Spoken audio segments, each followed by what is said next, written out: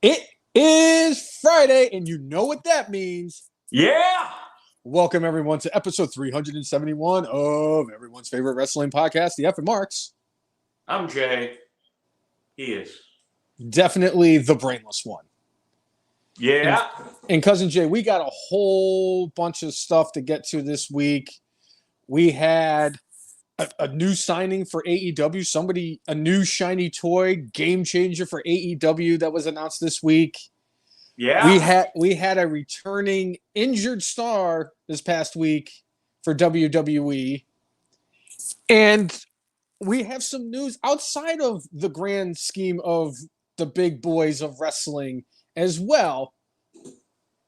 But, and I do emphasize this, we have to start this show off because Cousin Jay and I made a vow that we would start the show with certain topics if they presented themselves in a way where we had no choice but to bring them up because of the level of the non-rare occurrences that these people make in the grand scheme of life.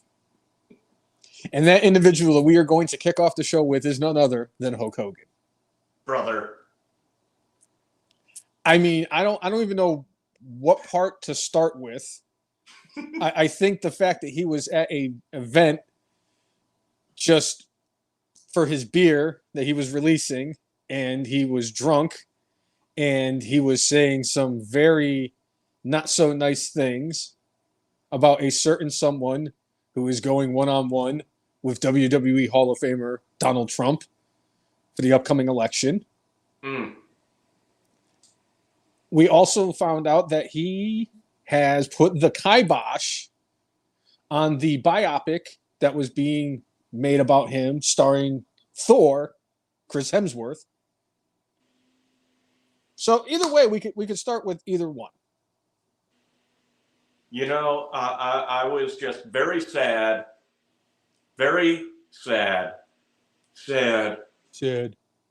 when I heard that the biopic on Hulk Hogan was no longer being made.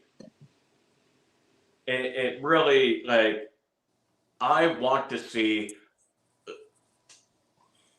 what I think needs to be made now, because I think they wanted to make a serious movie that was probably about his true life, and they could not figure out what the truth was. and Hogan probably wanted to change the script, brother, because it wasn't good enough. And I don't know if Chris Hemsworth is good enough to play me, brother. I don't know if Chris Hemsworth is strong enough to body slam a 700-pound Andre the Giant and then tearing all of his ligaments in his back in the process, killing the Giant 9 days later, mind you. But I think this leaves a lane open for a Hulk Hogan biopic that could be something beyond reckoning. We take all the words the man has said and make it real. The kid with the strange smell. Metallica. 400 days in a year. Partying go through the whole thing. Partying with Hulk John Hogan, Belushi. Having Elvis show up. His biggest fan. Hulk Hogan debuted August 10th, 1977 in Florida. Elvis Presley died August 16th, 1977. Not in Florida. To be fair, Cousin Jay. John Belushi he's dead. He was dead when Hulk Hogan said he partied with him after WrestleMania 2. Then we need to, if that's the case, then it shouldn't be hard for them to get like George Foreman to be in there so he can refute whether or not Hogan actually had a grill. Then they could bring in somebody who worked for, I think it was the Cincinnati Reds and either the St. Louis Cardinals or the New York Yankees that said that Hulk Hogan was actually scouted to play baseball. Forgot about that one. I am still, and it's funny because I thought that the next time that we were going to be discussing Hulk Hogan, we were going to be finding out about how he was able to avoid L. Ron Hubbard and the Scientologists, and how Leah Remini years later is still dealing with the aftershocks of getting out of Scientology. I need the Hulk Hogan version of this. I bet you any amount of money they realized that he was actually more full of shit than they were. And that says a lot. That says a lot. And I just want to hear Hogan's side of that story. I want to hear Hogan's side of every story. I want him to come out and say, you know what, brother, if it wasn't for me, Terry Funk never would have been Terry Funk, brother. That's true. As Tim said in the chat, that biopic did not work for him, brother. I mean, at least with that, like, he could definitely, like, use a creative control clause because, I mean, it was his life. So. Wait, hold on. Time out. Because I know that biopic is in the toilet. And I know that there's another biopic or another movie that they're thinking about doing that has Hulk Hogan starring in it. Now, is it because of the fact that in a situation like this, we don't know which version of Hulk Hogan or Terry Bollea that Chris Hemsworth was going to be playing, and there could have been a possibility that needed one of his brothers to play Terry Bollea because somehow, some way, Hulk Hogan and Terry Bollea are two completely different human beings.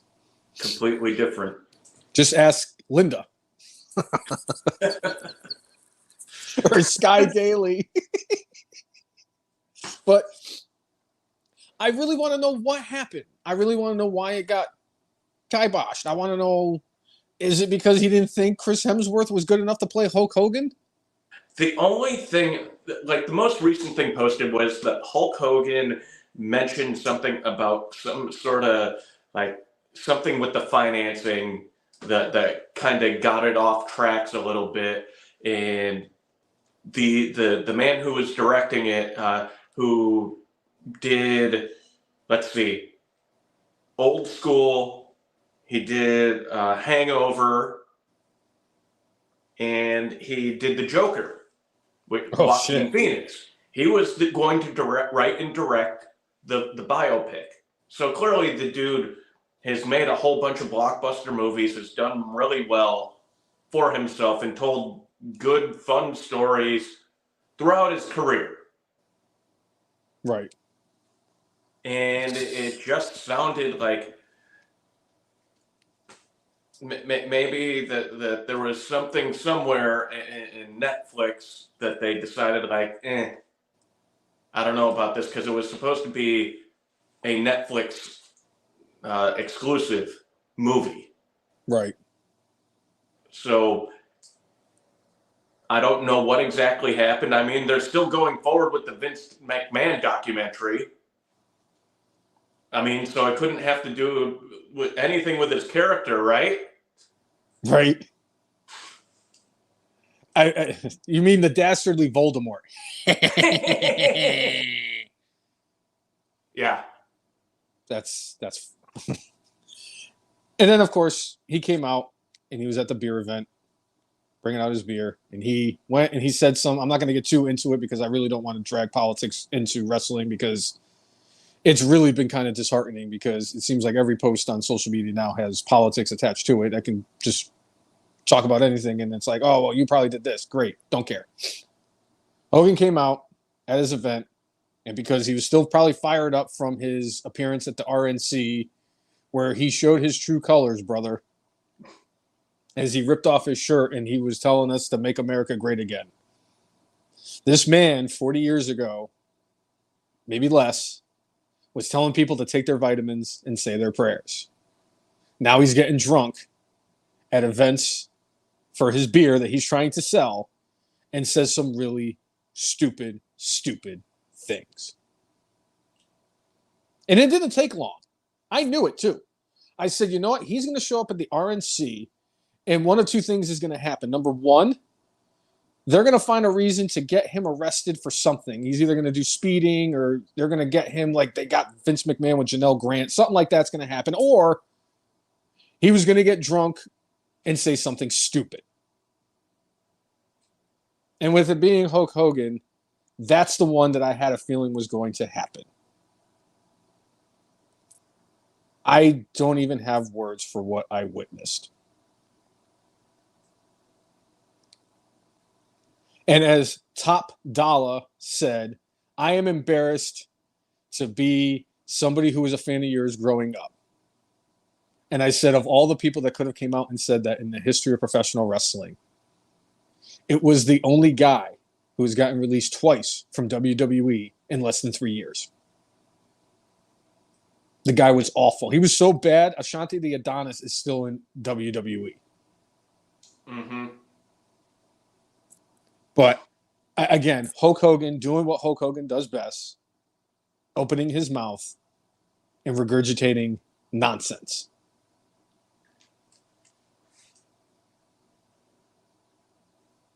Remember the video that I played several weeks ago of when Hogan was releasing the beer, and he talked about how he wanted to use this, having people at the table and drinking a beer together.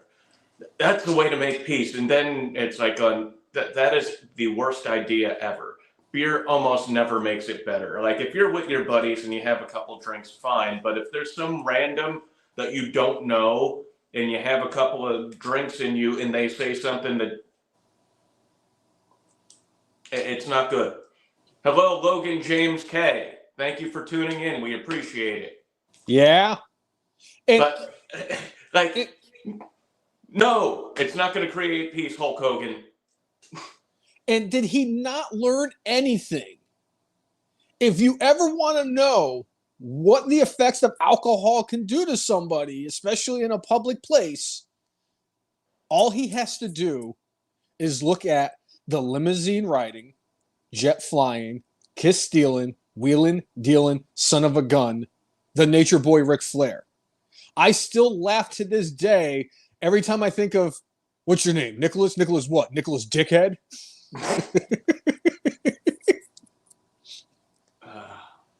Two of the greatest in-ring performers for definitely different aspects of the spectrum, because Ric Flair just all around great talker, fantastic in the ring. Hulk Hogan was an entertainer that the kids could all look up to. I mean, I'm living proof of that. I was a Hulkamaniac. But now here we are, and each week it's like, geez, who are we going to talk about? I can't wait, because Ric Flair is due. He's absolutely due, Cousin Jay. We are due for, he's drunk doing something stupid, or he's planning on having another wrestling match. I'm surprised he didn't say that I'll fight Mick Foley in his death match 60th birthday match before Foley pulled out for a concussion during training.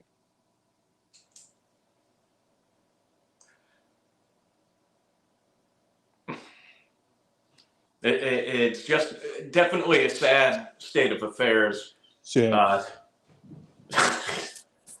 Like, man, oh man, after the shit he's done, the stuff he's said, and, winning that big lawsuit against Gawker all those years ago, after he buried them in court by telling them that there was a difference between Hulk Hogan and Terry Bollea, specifically in the bedroom, brother. Specific parts of the anatomy. But I mean, most of the time it's entertaining how crazy his stories are. This one was not entertaining. This was just sad, and it's like, dude, at your age, you should know your limits and know how to hold yourself together. He just reinforced the fact that when I show up on November 5th, I will not be bubbling in either Donald Trump or Kamala Harris. I will be bubbling in write-in vote, and it will say brainless 1. So in the chat, Tim is wondering, did he get confused when he was going on his rant about the Democrat nominee for president, Kamala Harris? did he confuse her with Kamala, whose last name also happens to be Harris? That is so fucking true too. Could it have happened? No, I'm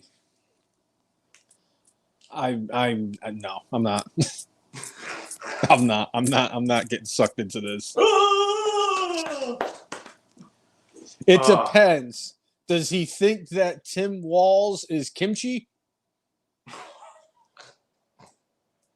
I don't know, brother. And I want to say, wasn't kimchi like the Brooklyn Brawler? I don't know. Steve Lombardi. I think there was kimchi with him, I think, in World Class Championship Wrestling, along with General Skandor Akbar. Right. But I don't know. It could have been. I mean, the Brooklyn Brawler played like Doink the Clown. He played, what was it, the baseball? Oh, Abe Knuckleball Schwartz. So I wouldn't put it beyond him to have played that. Played Eggman. Brooklyn Brawler should be in the Hall of Fame, by the way. All right. So Chris Brown asking, and between Hulk Hogan, Ric Flair, Matt Riddle, and Rich Swann, who's the bigger a-hole who can't handle their liquor? I'm going to exclude I almost said Matt Hardy. I'm going to exclude Matt Riddle from this because I'm sure he can handle his liquor. He just cannot handle his. Oh wait, no. That's right. He was drunk when he was accusing the person at security at the airport. Kennedy. I think Flair takes the cake with this one. Even though he can put down a lot of liquor, like there are just so many things out there of him not doing well with it. Rich Swann, on the other hand, it's like this is now the second time this dude has been like drunk and disorderly, like knocking on a door of a house that's not his, causing damage. And then sounds like he was kind of stalking after some woman who was like, stop following me. And it sounds like she had to like run in her house before he like came into the house with her. But, you know, he's got suspended from TNA and he voluntarily checked himself into rehab. But like, you did this a couple times. I mean, you could add Jeff Harvey into the mix. How many times has that dude been drunk? I mean, there were, I think, was it the last time when he was like drunk and got like arrested? He wasn't driving or anything, but he was just kind of like. Anyway. I forget what happened the last time. Because with Jeff Hardy, there's just so many. Yeah. Because there's like, it's hard to keep track. And I still remember when the fact that they were playing into that when they wrote that storyline with him and Sheamus. And it was him, Sheamus, and he ran over Elias, that son of a bitch. Yeah, and then they had the barroom brawl. Yes, and Sheamus was trying to dump the pee on him, and Matt Hardy dumped it on him. I think it was, or Jeff. I keep wanting to say Matt Hardy for some reason. It's because he's the more talented of the two, obviously. Yeah. There's other reasons, but I'm not going to get into it. Tim is saying that Kimchi was the Brooklyn Brawler. Oh! I remember the Brooklyn Brawler debuted beating up the Red Rooster.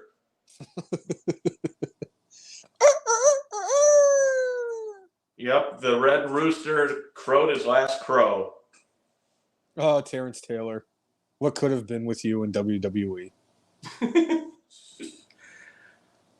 Hey, pal, I got a great gimmick for you. Now, the Red Rooster was definitely before The Undertaker's time. The Red Rooster was in the 80s. Yes. So just barely. Like, it was late 80s. I'm assuming that Terry Taylor coming out as the Red Rooster is the reason why The Undertaker was thinking he was going to be Eggman at November 1990 Survivor Series. Yes, in Hartford, Connecticut. Yes. And the gobbledygooker. Yes. But what are your thoughts on the Rich Swann situation? I think it's stupid that he did what he did. And yes, I think alcohol is a very bad thing to kind of use as a demon if you're not going to use it in moderation. I know that he got fired from WWE for some kind of problems with the law. I thought he had an interaction with like a domestic dispute that got him ultimately fired from WWE. And then he gets in trouble again where he's drunk and disorderly, trying to break into people's houses. And the stalking part was the part that really got me too. I was like, come on, man. Well, like, and this is the second drunk and disorderly. Yeah. So he's lucky that he still has a job.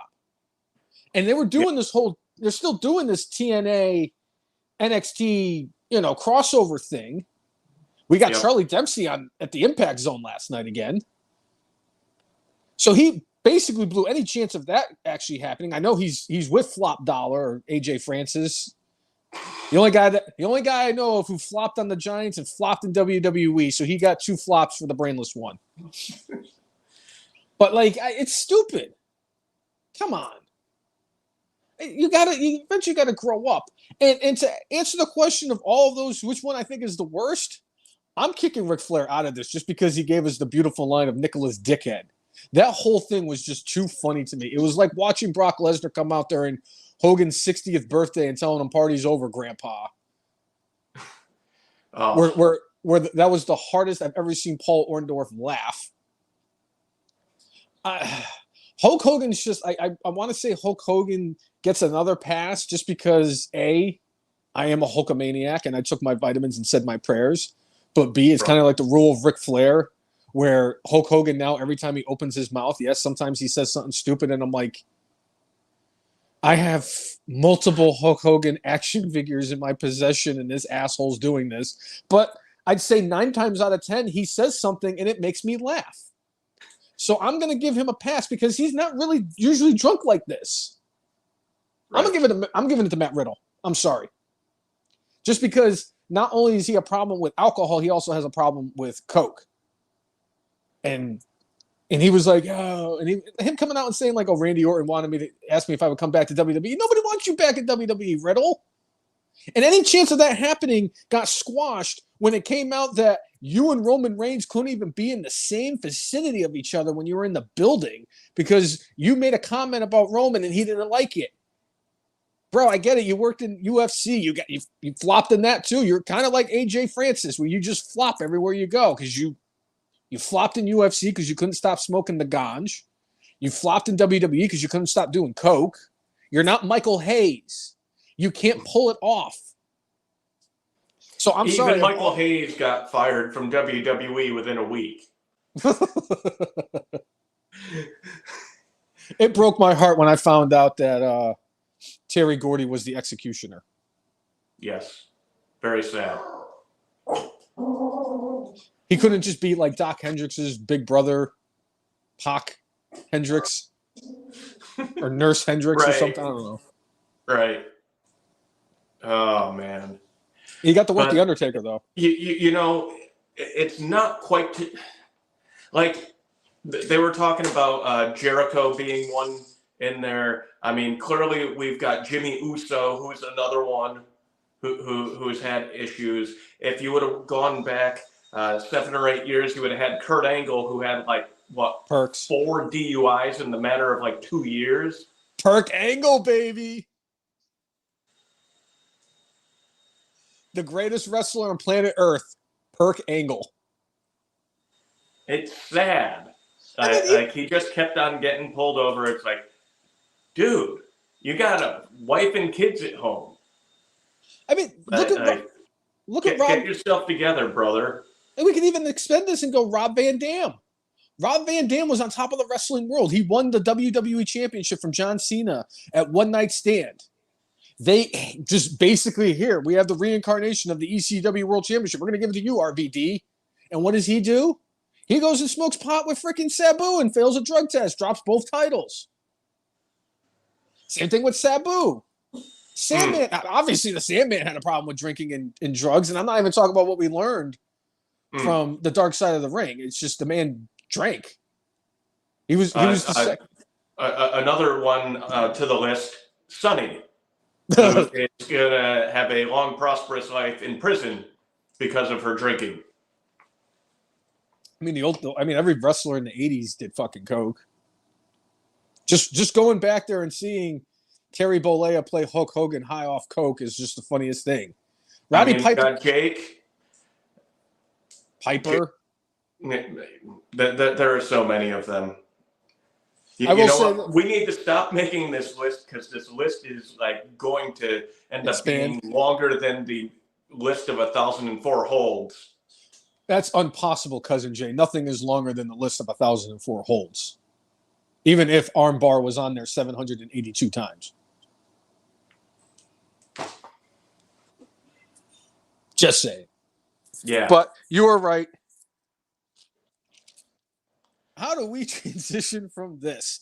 Since we were technically on the topic of TNA, and I did mention the crossover, this past week on NXT, we had a triple threat match between Wes Lee, Pete Dunne, and say his name and he appears. I believe in Joe Hendry. I believe in Joe Hendry. If I knew the whole song off the top of my head, I would sing it. I'm getting there, though.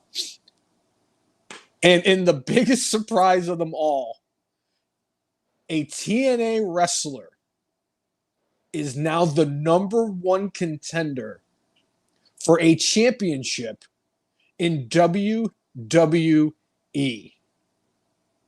If Vince McMahon was dead, he would be turning in his grave. He'd be doing flip-flops in his grave. I cannot believe that we're actually going to have a TNA wrestler fighting for a major championship in WWE again. Because we just had Jordynne Grace. She just wrestled Roxanne Perez. I don't know if that was the main event. I'd be hard pressed to see anybody but Joe Hendry versus Ethan Page for the NXT title as the main event for that show. Yeah. Talk about somebody coming out of absolute nowhere and becoming the biggest. Think about this. Joe Hendry now is officially the biggest star in professional wrestling. Tell me what I'm telling you. I don't know about biggest star, but definitely on the rise. In the chat, Steve Chambers saying may see Josh Alexander show up and derail Joe Hendry in NXT and reuniting with Ethan Page. Oh, please. The North. Although the last time that happened where they reunited members of a tag team from Impact into NXT, Wes Lee beat the shit out of Zach Wentz and Trey Miguel and the Rascals. Yes. And and now the Rascals are no longer wrestling with Wes Lee. I also thought it was funny that Pete Dunne still got a chance to fight for a title in NXT or like a number one contendership in NXT when he just lost. And I'm not complaining that he lost to Sheamus, and the end of that match was fantastic. But I love that match. The end of the Sheamus Pete Dunne match is like one of my favorite things I've seen in wrestling in a little while, just because of how inventive it was and how badass Sheamus looked. Ripping his arm out ripping it off, and just hitting the bro kick. That was honestly, that match was awesome. When I saw that it was going to be Pete Dunne versus Sheamus, I said, you better keep this shit on before I go to bed, because I will stay up to watch this if I have to. And I was not disappointed watching that match. It was fantastic. I was so happy because it's two guys of my top 5 favorite wrestlers in wrestling right now. I love Pete Dunne, and obviously everybody knows I'm a Sheamus fan. But like you said, that finish was just awesome. I love even everything leading up to it, like all the finger manipulation that Pete Dunne does and everything.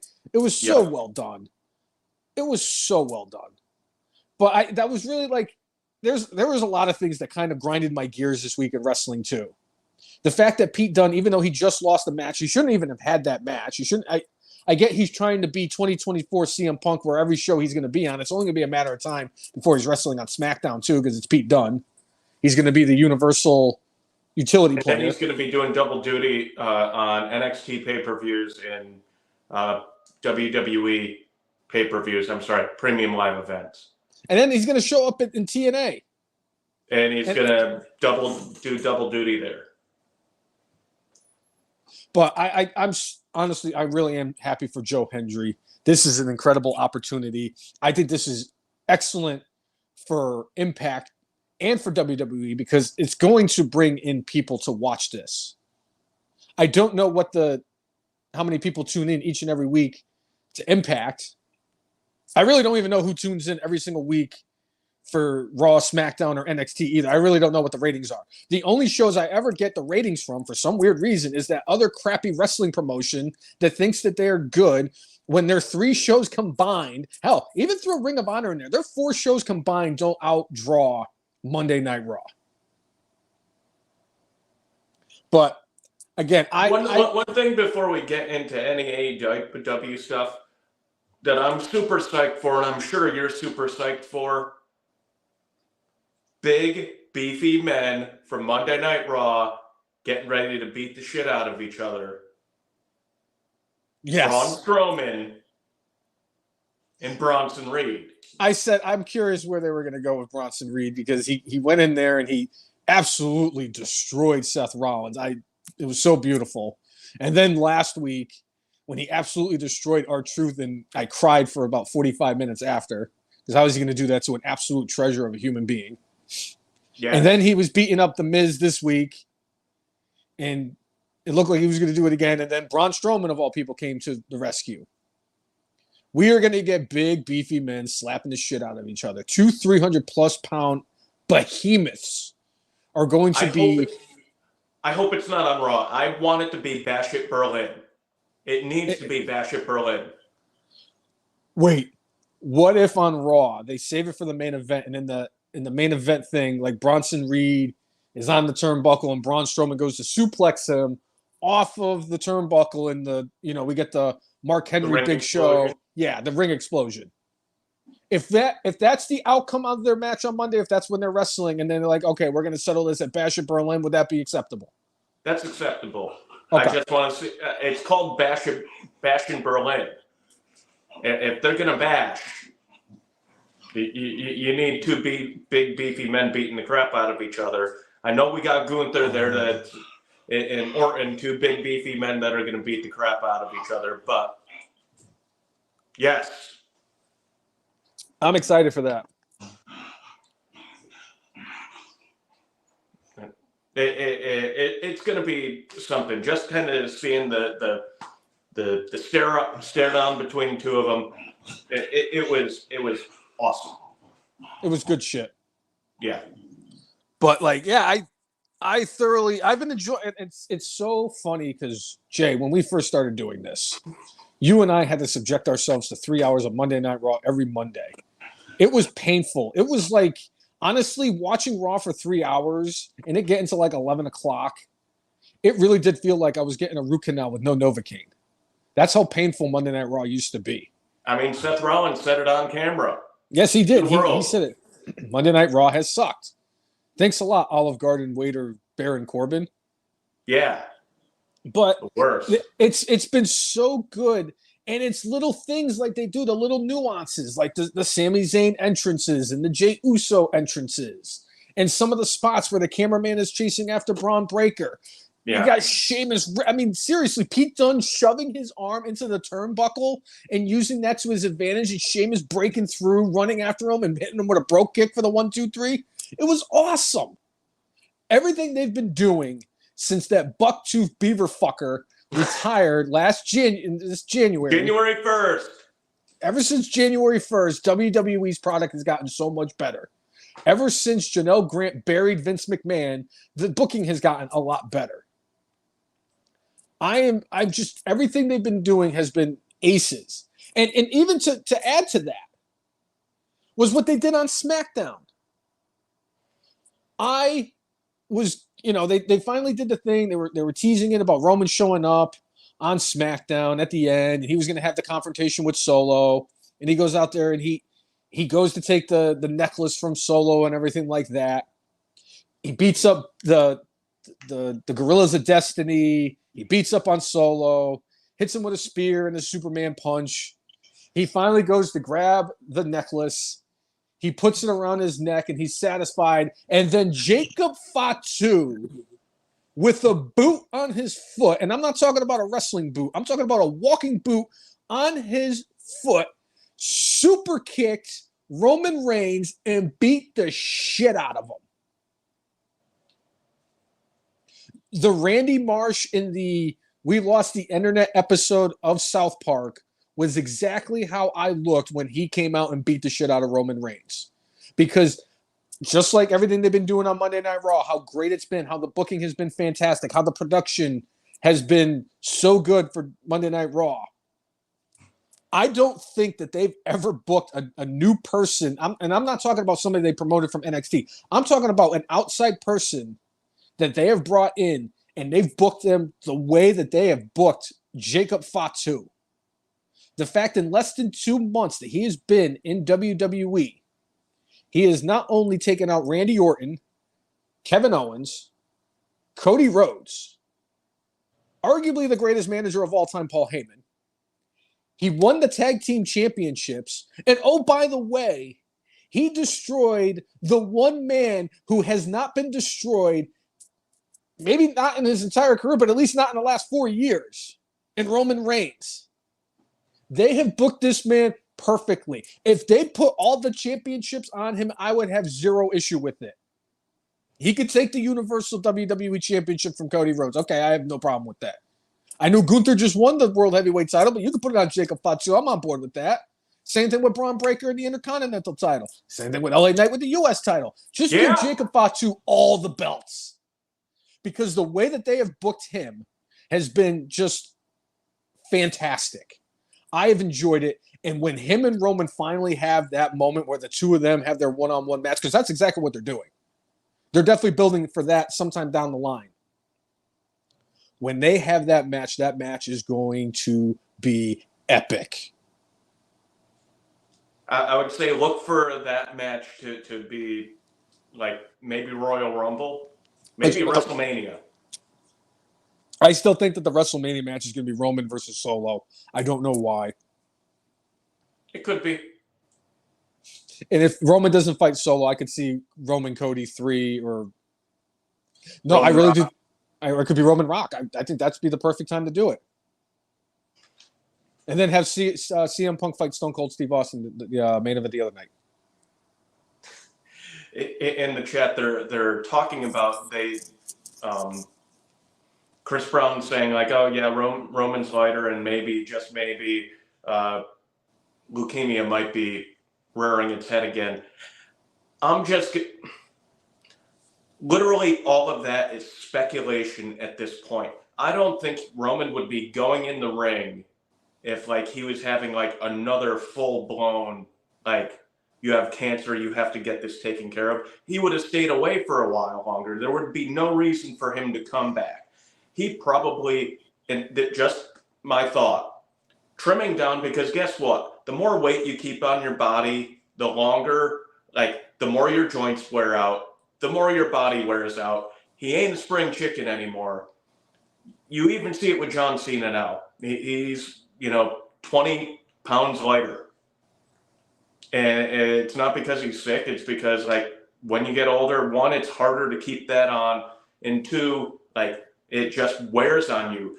You do what they did for so long. Yeah.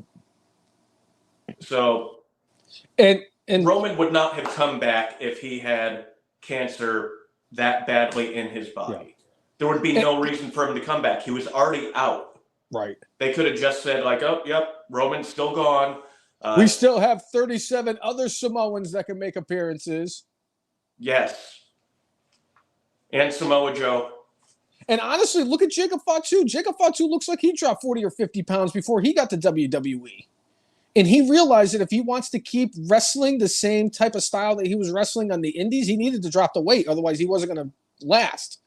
Right. And it does make a difference. It really does. I dropped like 40 pounds, and it's a lot less weight on my freaking knees, and I couldn't be happier.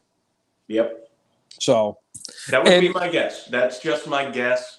again, it wouldn't make any sense to bring him back if he was already out and we knew he was going to be out for a while, for him to just go and get treatment. And then even if it took him until next year at WrestleMania, I mean, they already built the story in. So, well, I really do think that unless he was like severely sick and he wasn't able to show up, he was going to be around for Survivor Series. They're going to make it Bloodline freaking War Games, which is going to be, I cannot wait.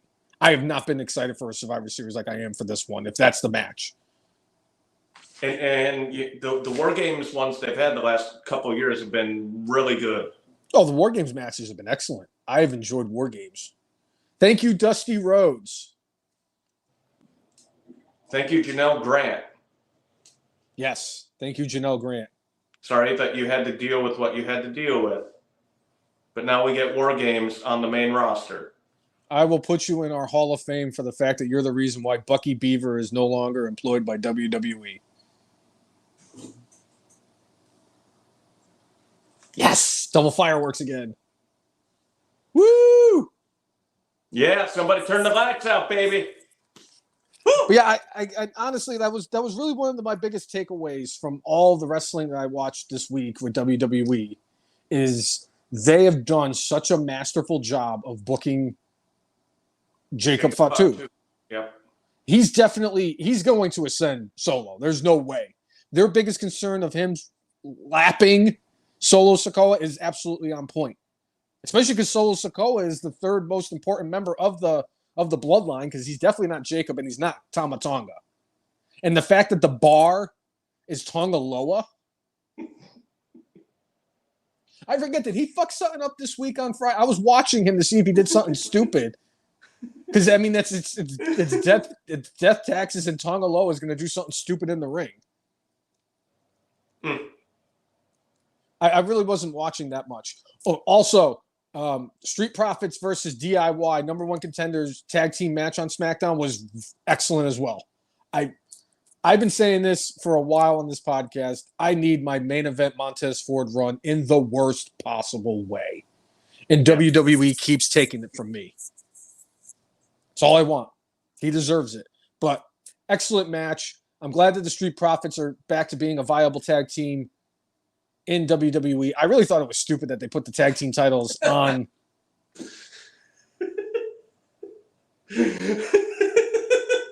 What'd I miss? Mike Rainey. Oh, that is great. Jacob Fatu is already surpassing the rest of Temu bloodline. I am not allowing any Tama Tonga slander on this in this podcast. I am sorry. Tama Tonga crawled so that Jacob Fatu could super kick Roman Reigns with a boot on his foot. He did more with that than what the Young Bucks could do with the stupid exploding sneakers in that stupid match, and the stupid faces, and their stupid. Oh, at least I made it 45 minutes. God damn it. One of these times I'm going to go an entire episode without shitting on AEW. No, I'm not. Who am I kidding?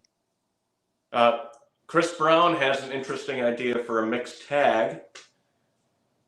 Tonga Loa and Nia Jax. And their team should be called The Hard Way. You know,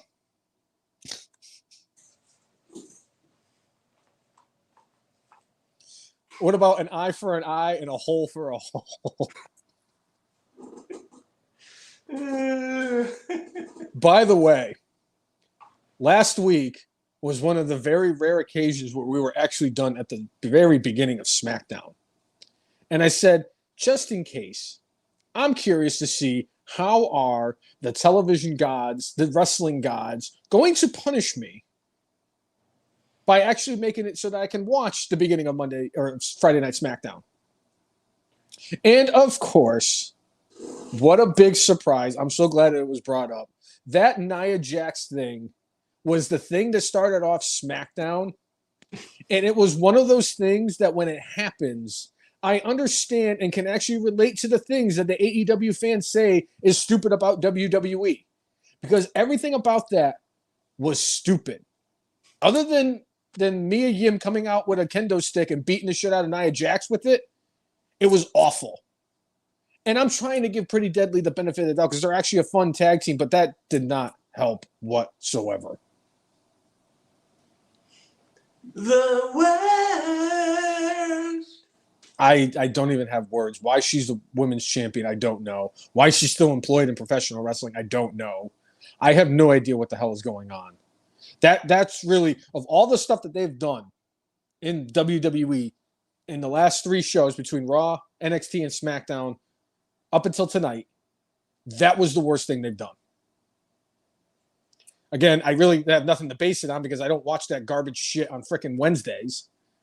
Well, I mean, I made another 3 minutes before I made another insult about them. I'm getting better. Hey, you know what? Speaking about that show and that company that airs stuff on Wednesdays, Logan in the chat is saying his prediction is Mina Shirakawa is going to help Mariah May win the AEW Women's World Championship. It very, very well could happen. It could be a thing. Yes, that that's happens. Maria Shirakawa costs Toni Storm the title for Mariah May, and then Jamie Hayter comes out. I'm calling her right now. And don't think that this is something that I don't know what I'm talking about. I don't even watch this shit, and I bet you I can predict it. I bet you I knocked that out of the park. Right. And all the AEW fans coming out and saying that Rebecca Quinn is going to debut at All In, I don't think so, pal. Hey, pal. I just don't see it. You guys are going to get a returning Jamie Hayter and Prince Puma, who's going to be teaming up with Hologram or whatever the fuck that thing is called that Tony Khan had a wet dream about 5 years ago. A wet dream that was coaxed by a freaking Coke binge. Well, Hologram or Galaxy, you know, whatever the fuck good, that stupid but thing's called. Hey, they got a stadium show this weekend. They're going to have a whole bunch of people there. And I don't think it's official, but it sounds like it's just about official. It sounds like AEW is going to more than double their TV rights deal if they sign this deal with Warner Brothers Discovery, because clearly Warner Brothers Discovery, now that they've lost the NBA, is like, oh, yeah, we need somebody after Sheldon Cooper to keep us going in prime time. Jay, this is just like the bit in Family Guy when Danny DeVito is proposing to Rhea Perlman. Rhea, will you marry me? Oh, I don't know. Well, it's either me or nobody. Okay, you. That's basically what this deal is with the WB. Is there Warner Brothers? I'm sorry, WBD. Warner Brothers Discovery. Warner Brothers Discovery. That's the only reason they're doing it. It's either AEW or nothing. If they were smart, and I really want to give them the benefit of the doubt, I would just plug that hole from 8 to 10 with the Big Bang Theory reruns, because you're going to get more people to tune into that. And I'm so glad that we brought up that show on Wednesday and what Warner Brothers Discovery is getting themselves into.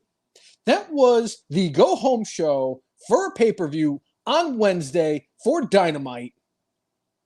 And I said, boy, I can't wait to hear what the ratings are, because I never hear what the ratings are for Raw, SmackDown, or NXT.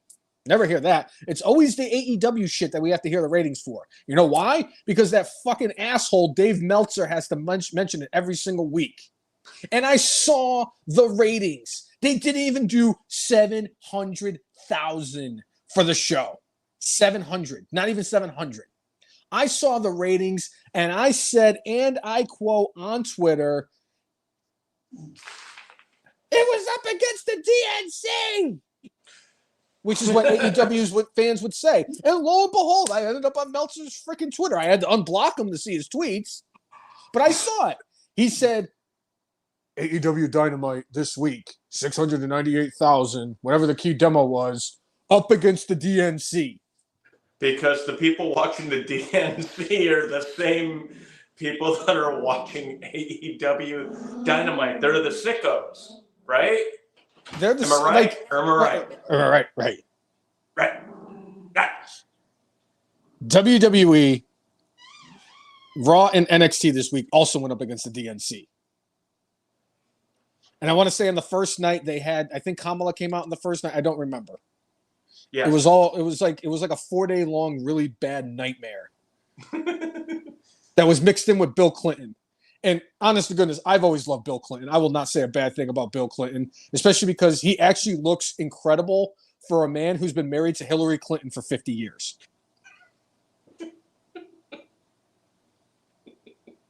I may still not alive. Yeah, honest to goodness though, I might sit here and I'm definitely a moderate conservative. I have zero issues with Bill Clinton. I have zero. He's still one of my personal favorites. But that's all it was. It was just it's like what did they go up against? They went up like nobody's turning into the DNC instead of wrestling. Nobody. Or maybe it was Mercedes Moné cutting a promo. That's what we need to discuss. That's what I wanted to mention. So they showed because it's CEO time. My favorite part was because I always wait for the ratings to come out, and then one of the anti-AEW pages I follow on Twitter will post the quarter ratings decline. My favorite is whoever does it, and then they have somebody skiing on the ratings as they're going down. I die every single time I see it. There's some funny people on Twitter, I'm telling you. So I looked at it, and in the first quarter hour, they did over 800,000 people. Thanks, and I was like, okay, so the big bangers definitely got that first quarter hour. And then I looked at the second quarter hour, and they lost over 104,000 viewers. I said, good God almighty, what in the world was in that opening segment? I was like, you know what? I already know. I'm going to look just because it's devil's advocate time, but I already know. There's only one of 3 combinations of things that could have been in that spot that could have drove away an eighth of their viewership in a 15-minute span. I said it means it's either the fuckaroos, the stupid learning tree, or Mercedes Moné. And lo and behold, in the words of Jim Cornette, wouldn't you know who won the pony? Mercedes Moné had the opening segment on NXT this week. She had a wrestling match. I don't even know who she... I'm sorry, on Dynamite.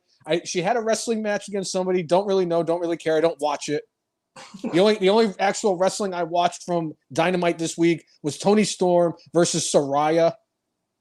And to answer your question about Saraya being a free agent in September and the possibility of her returning to WWE, I watched what her and Toni Storm did in the ring on Wednesday, and I was like, that is like watching me and my friends try to do the same thing these guys tell us not to do at home. That's how awful that was. That was AEW in a nutshell. But the Mercedes Moné, the $15 million a year Mercedes Moné, drove away 100,000 people.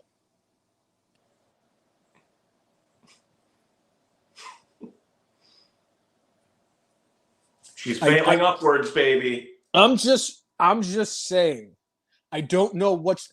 Clearly, Tony's getting his drugs from Warner Brothers Discovery. That's the only thing that makes any sense. There's no way in hell any television network should be giving that god-awful pile of shit, and I'm not talking about Tony Khan, I'm talking about the company, AEW, should be giving them multiple hours of television time for that crap. It's probably because he used his oratory skills similar to what he did in Norfolk, last week to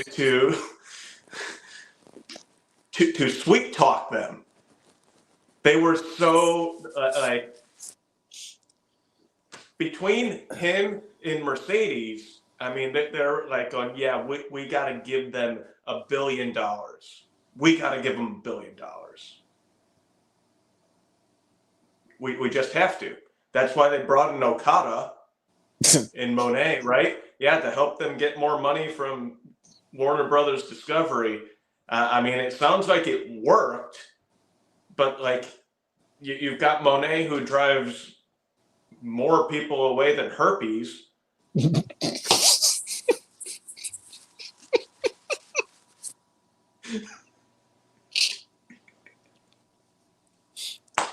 You dastardly man. Especially when I'm drinking the Strawberry Crush. I don't bust out the Strawberry Crush very often. Have me coming out here spewing like I'm Gangrel and freaking the Attitude Era. Oh, man. I just want to know, do you think Tony Khan went to Portsmouth when he was in Hampton Roads so he can get his Coke there? Or do you think he has his Coke with him when he goes everywhere? I would imagine I don't know. I'm sorry. He's definitely on something. There's no way that you're going to look like that after 5 years. I'm sorry. I mean, look at R-Truth. R-Truth looks exactly like he did in 2000 in 2024. I mean, look at the Miz. Miz looks like he's. Does Miz look like he's 25? He's put on some like weight versus when he first came in, but I mean, he's more or less been the same size for about the last 20 years, except for was it the WrestleMania match he had against Shane McMahon that he trimmed up? He did. That was honestly good. That was his best match. I love that Shane McMahon match from WrestleMania 35 with the Miz. But yeah, so Chris Brown also mentioning Will Ospreay is another one to bring in viewers. It's like, hey, Ospreay's been putting on some great matches. I will say this, of all of them, between the Okada and the stupid Mercedes, Jay White, Will Ospreay. Will Ospreay's the only one that doesn't turn the fans away. He had that Iron Man match with freaking MJF for an hour, the first hour of Dynamite a few weeks back. Yeah. They consistently kept the crowd. The ratings was steady the first hour. That's never happened in AEW's history. It is not MJF or Will Ospreay's fault that the ratings drop. I will say that. That's another one. I will not say a negative thing about Will Ospreay. I won't. The guy's entertaining and he hates Kenny just like I do. I mean, I don't really hate Kenny as much anymore, but the enemy of my enemy is my friend. Mm. And John Cena is my friend. But one of the things with the again, these are not official, but it sounds like more or less WBD is going to go, pardon the expression, all in on AEW because it's supposed to be part of a streaming deal, but the deal for AEW would be more akin to ESPN with UFC, where you pay whatever fee to get ESPN Plus, and then you have to pay a pay-per-view fee to get the UFC, like the big pay-per-views, right? I want the partnership for that streaming service to be just like with WWE, where they got all that footage from all the old territories and some of the, progress and the stuff that they've done in Europe that has like Walter and Pete Dunne stuff. I want that partnership as part of that streaming service with AEW, with the Warner Brothers Discovery, so they can get all of the classic Kenny Omega versus the fuck doll matches. So they can get the match where he fought the 9-year-old Chinese girl, where him and Kota Ibushi had the 2-on-1 handicap match with the freaking fuck doll that they have threesomes with. I want all of that on there just so WB knows what they're getting themselves into. And then, of course, everything the Young Bucks have done. I mean, I'm sure that if you actually watched every single Young Bucks match ever, they've delivered 1 million super kicks. They're not over. They've never been over. I feel bad for the WB and WBD because they're getting stuck with AEW. They lost the NBA. And now this is like, great. We still got, don't worry, we still got Tony Abrams' kid and AEW. They paid $15 million for a woman to drive away 100,000 Big Bang Theory fans in droves. Yeah. And I highly doubt any of them were going, you know what, I should turn this off and put on the DNC.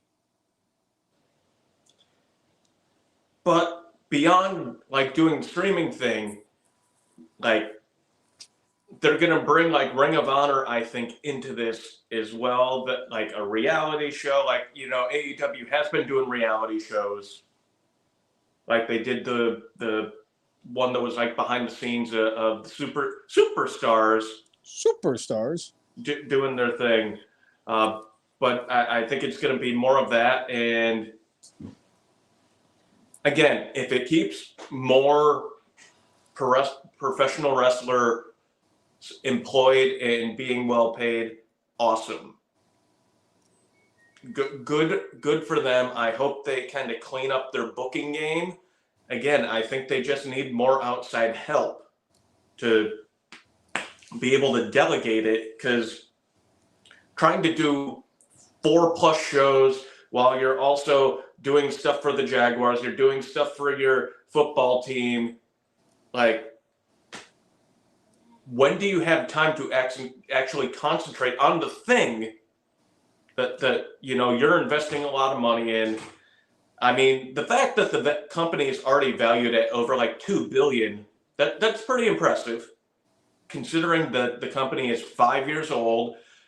But I mean, I don't know if I 100% agree with Bischoff, but Bischoff is like hey, this is just going to slow the death of the company. It is. Because if there's financing and, it starts turning a profit, then, it'll keep rolling. If Shad Khan wants to keep his, Dad, I need to borrow another $1 billion. At some point, Shad's going to see that this is not a wise investment, and he's going to cut ties. I'm still convinced at some point somebody's going to get severely injured or killed in an AEW ring. I've never been more confident in anything in my life. And we don't want that to happen. We don't want that to, well, hold on. There are 2 cases where I would be okay with it happening, but anybody else, like, I don't want to see, Orange Cassidy or Chris Statlander suffer, significant injuries. No, not at all. Same thing with FTR, even if frickin' Dax Harwood's a frickin' whining crybaby now. But, like, I don't want to see anything bad happen to Jericho. Just if, something unfortunate happens to Nick or Matt Jackson in a wrestling match, I'd be okay with it. But that's another thing you got to do. You got to cut the freaking balls off that you don't exist in your freaking company. They're your biggest issue. They have to have their friends freaking employed. And then they come to find out that they have limited dates in their contracts. How do you have limited dates if you're an executive vice president? You haven't defended the titles once since you've become the tag team champions? They did defend it against the Acclaim. Yes, that was Dynamite when I was there. That was their first title defense in like 3 months. And then they just show up whenever. They're not Brock Lesnar. They're AEW Brock Lesnar. If you combine them, they're like the Transformers that like a bunch of them fuse together, but it's 2 little guys. And I'm glad that you said that, because it's going to come up later in the podcast. Okay. Great. Something good. Yeah. So WWE was part of a Fanatics weekend last weekend. WWE, and there were other people from other worlds of sport and what have you that were there. They said, and I quote, Cody Rhodes moved the most merch. Anybody who tells you Cody ain't over, people are putting their money down and proving you wrong. Yeah, maybe his title run so far has not had any of these like grand, ginormous stories yet. We're still only a handful of months into it, and they gave him AJ Styles on a silver platter, just like, hey, have some good matches. Here you go. And the solo match, I mean, there was a little bit of a build to that, but, and now we get him against Captain Cupcake. Fat fuck that he is. That didn't take long. But Cody Rhodes is still a big, big draw. Not only a big draw, the top draw in the entire company, and out merch CM Punk at Fanatics. And not only that, but WWE stars had more people show up for their autograph sessions than any other athlete in any other sport that was there. Or like it was that, or like every superstar in WWE sold out their experience, and no other athlete in any sport did that. Yep. And honestly, the whole weekend that they had, like a lot of the stuff that I saw, yes, I know some people were upset because like Cody Rhodes and a bunch of other wrestlers had to leave, and they're like, we pay for this experience, and this is bullshit. And I get it. It's like, they had a live show they had to get to and do all that stuff. But honest to goodness, some of the stuff I heard that happened at the fan experience that was really cool. I mean, even the clips, the fact that they were able to do the thing with the entrances, like they can come out to their favorite wrestlers, and Rhea Ripley actually came out with a bunch of girls and did her entrance with them. Drew McIntyre did the CM Punk entrance. Oh my God. It was just, and to kind of double up on the whole Cody Rhodes thing, like there were so many kids who did the Cody Rhodes entrance. And I've said this before and I'll say it again. At the end of the day, yes, they're looking at the 18 to 49 demographic that they, people do because that's an important one. You also got to remember, if it wasn't for a little brainless one taking his vitamins and saying his prayers, this brainless one right here wouldn't be sitting here talking shit about the Young Bucks every single week. If it wasn't for a young cousin Jay who was following the galaxies and the planets aligning,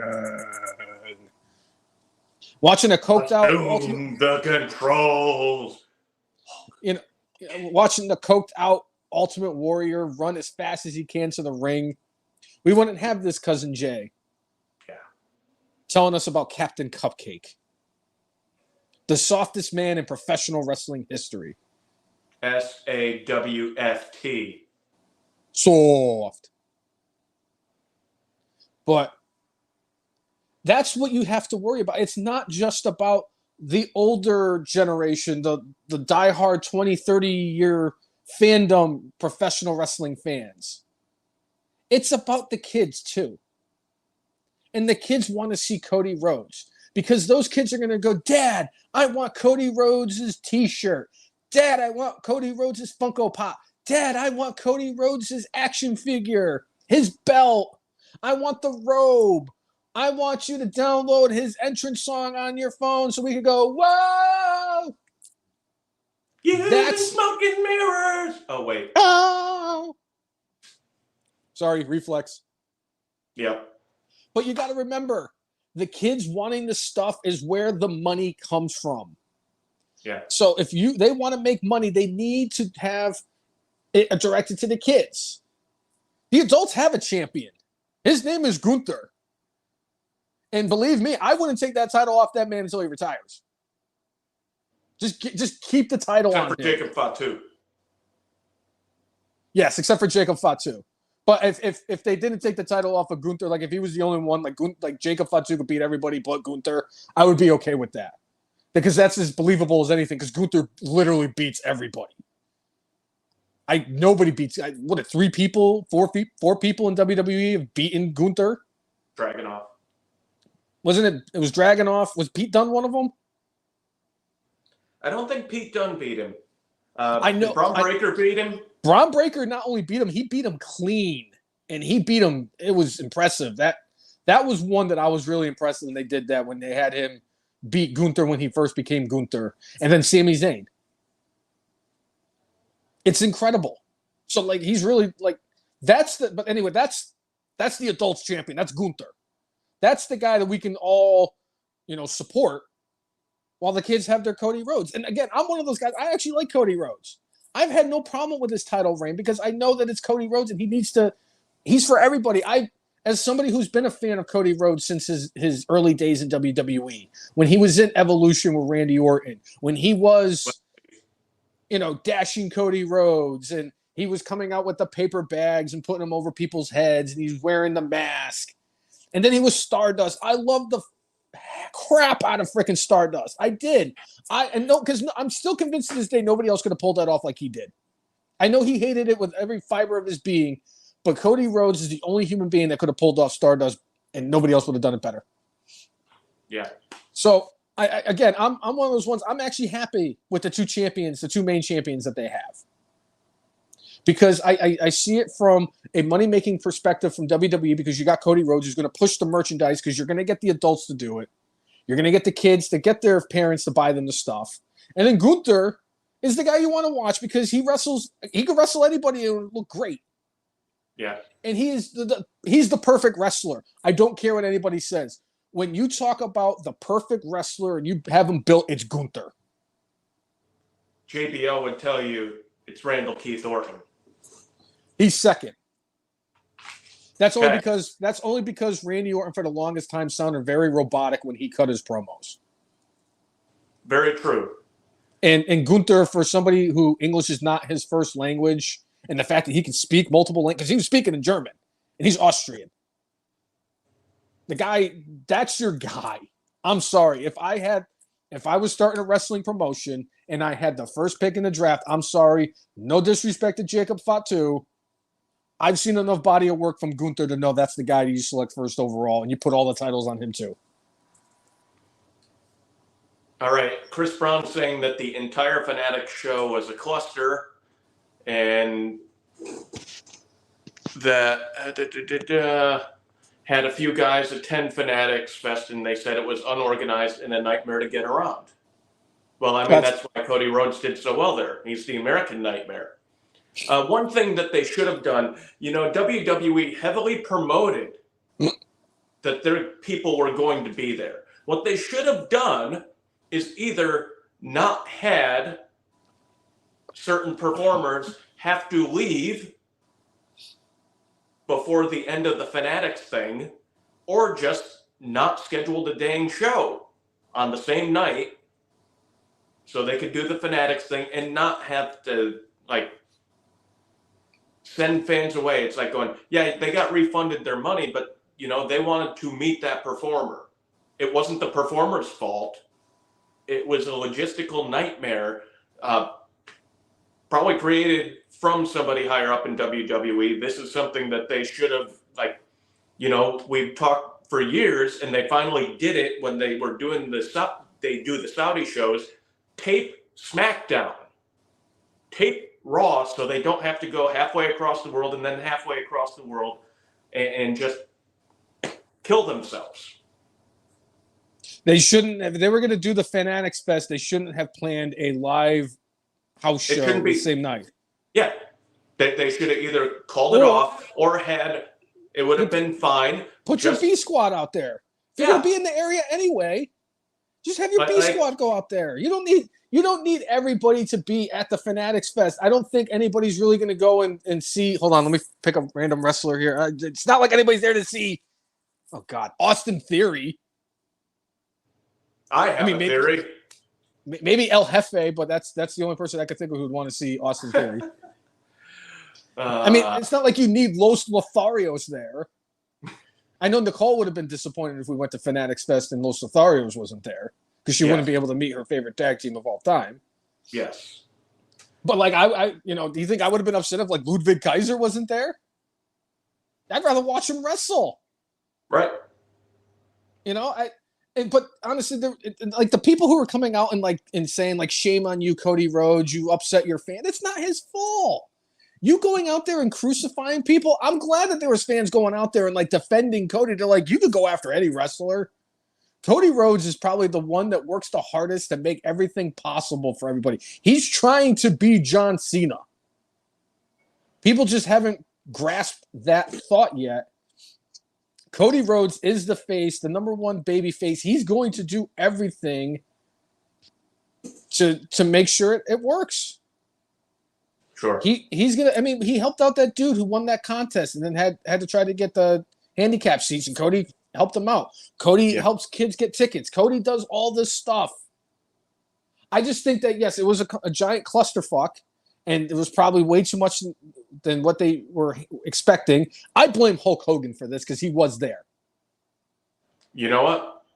That sounds perfectly reasonable after all the things he's said and done recently. So we'll take that. My favorite part was they had all the active wrestlers now and Hulk Hogan on the poster.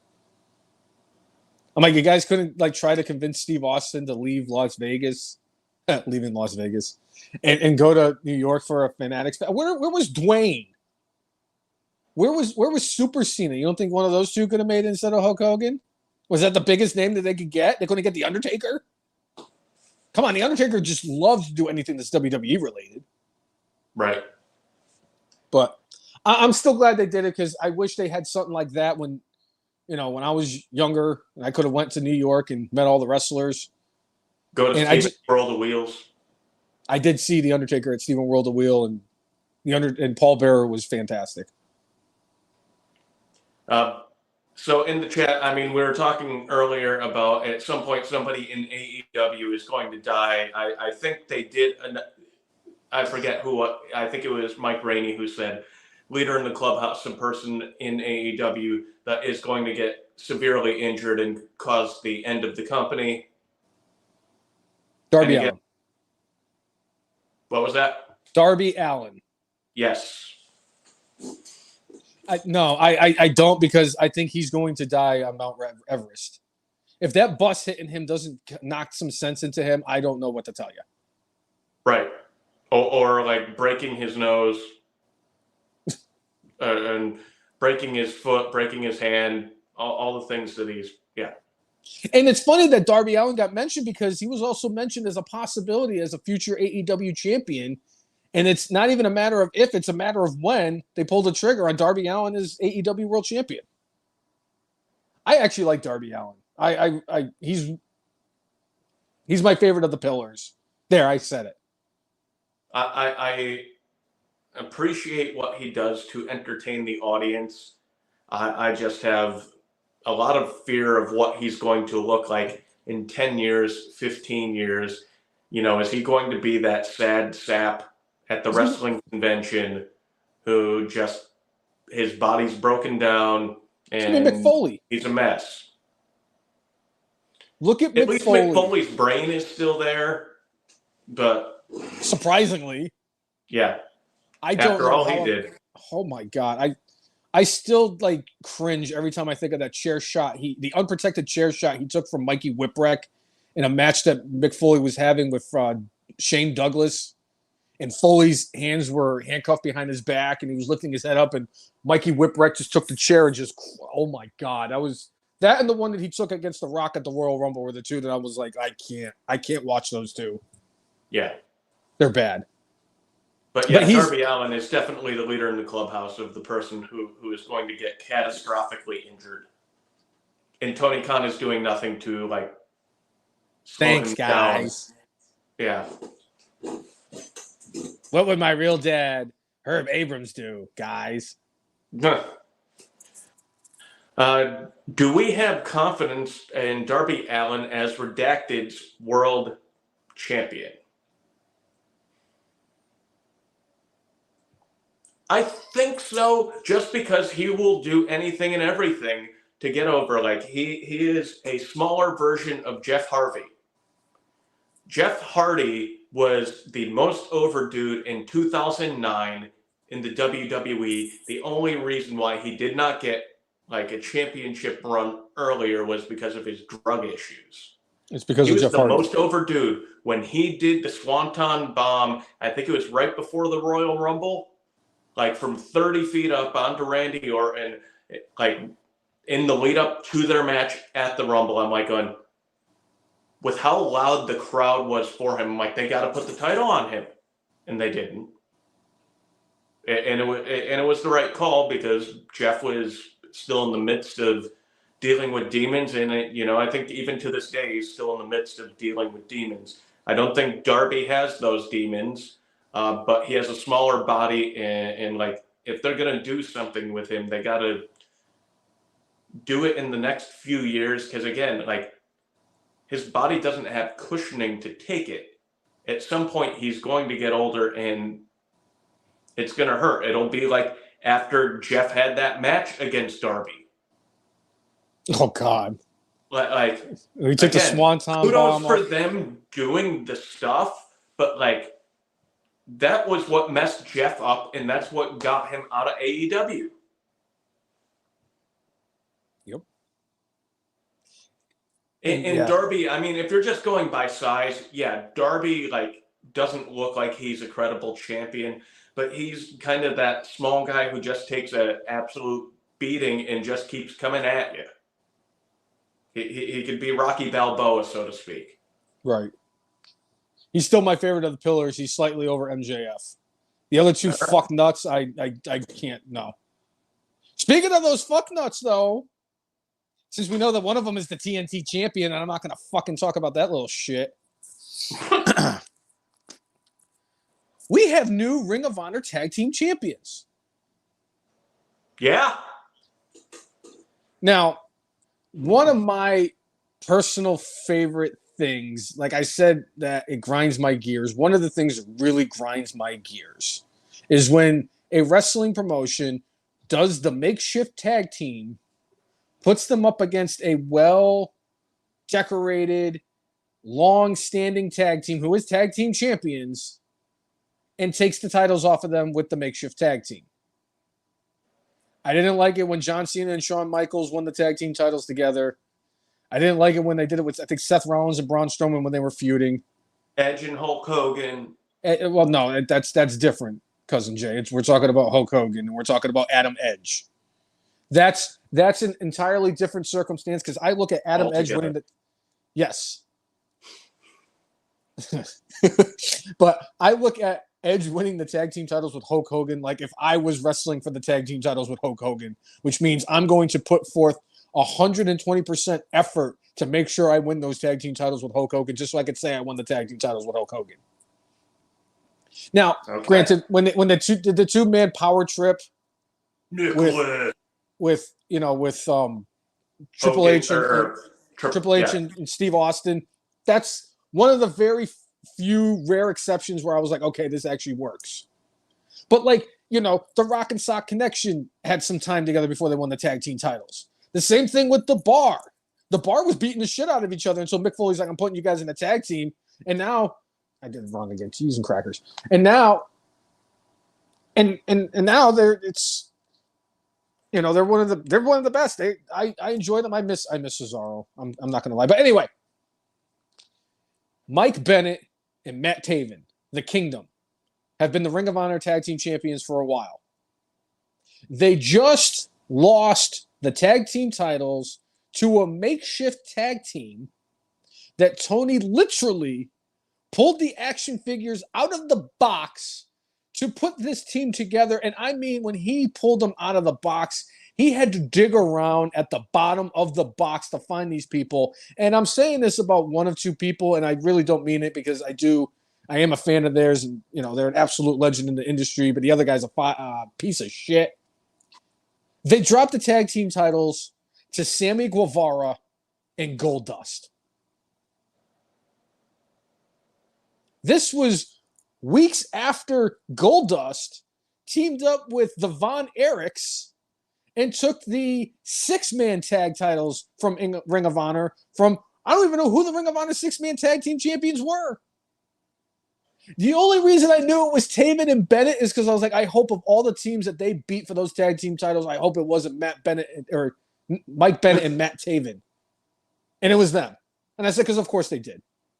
Because why else would you do it where you get a guy who's just recently returned from a suspension going up against a guy who was wrestling back when the Z-Man was fighting in WCW. That's how long ago Dustin Rhodes has been wrestling. And again, this is nothing against Goldust. I've been a fan of Dustin Rhodes for a very long time. I love his father. His brother's one of my favorites.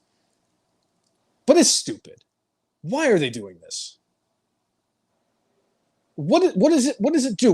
Where is the reason? Why are Sammy Guevara and Goldust the tag team? Does this mean now they're part of a stable with the Von Erichs? You really want to put the Von Erichs in the stable with freaking Sammy Guevara? With that family's track record?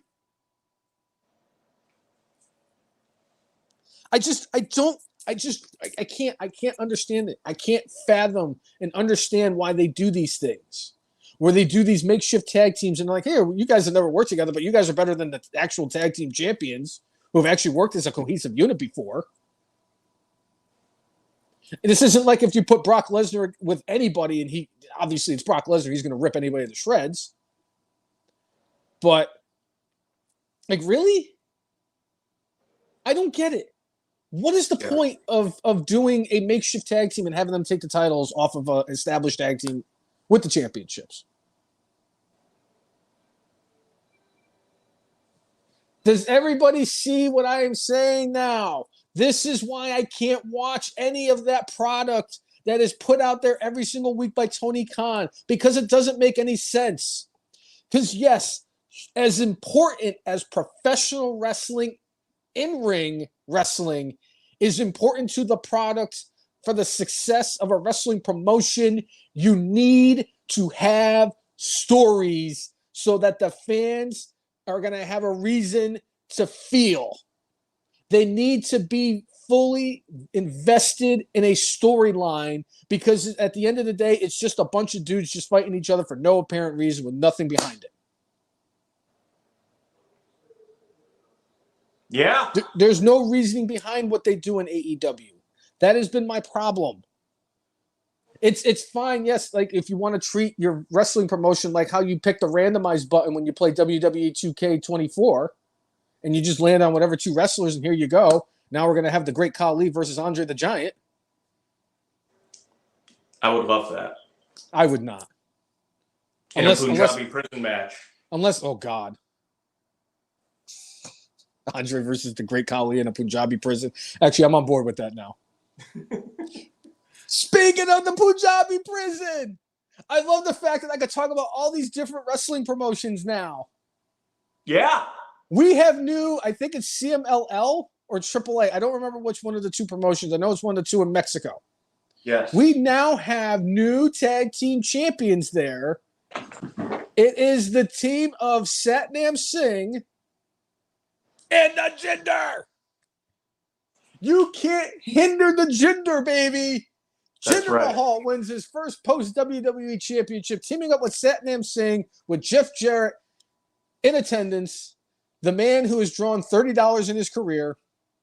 Yeah. Cousin Jay, what are your thoughts about the Jinder winning tag team gold outside of WWE? Not only is it outside of WWE, I think it's his first match that he had outside of WWE.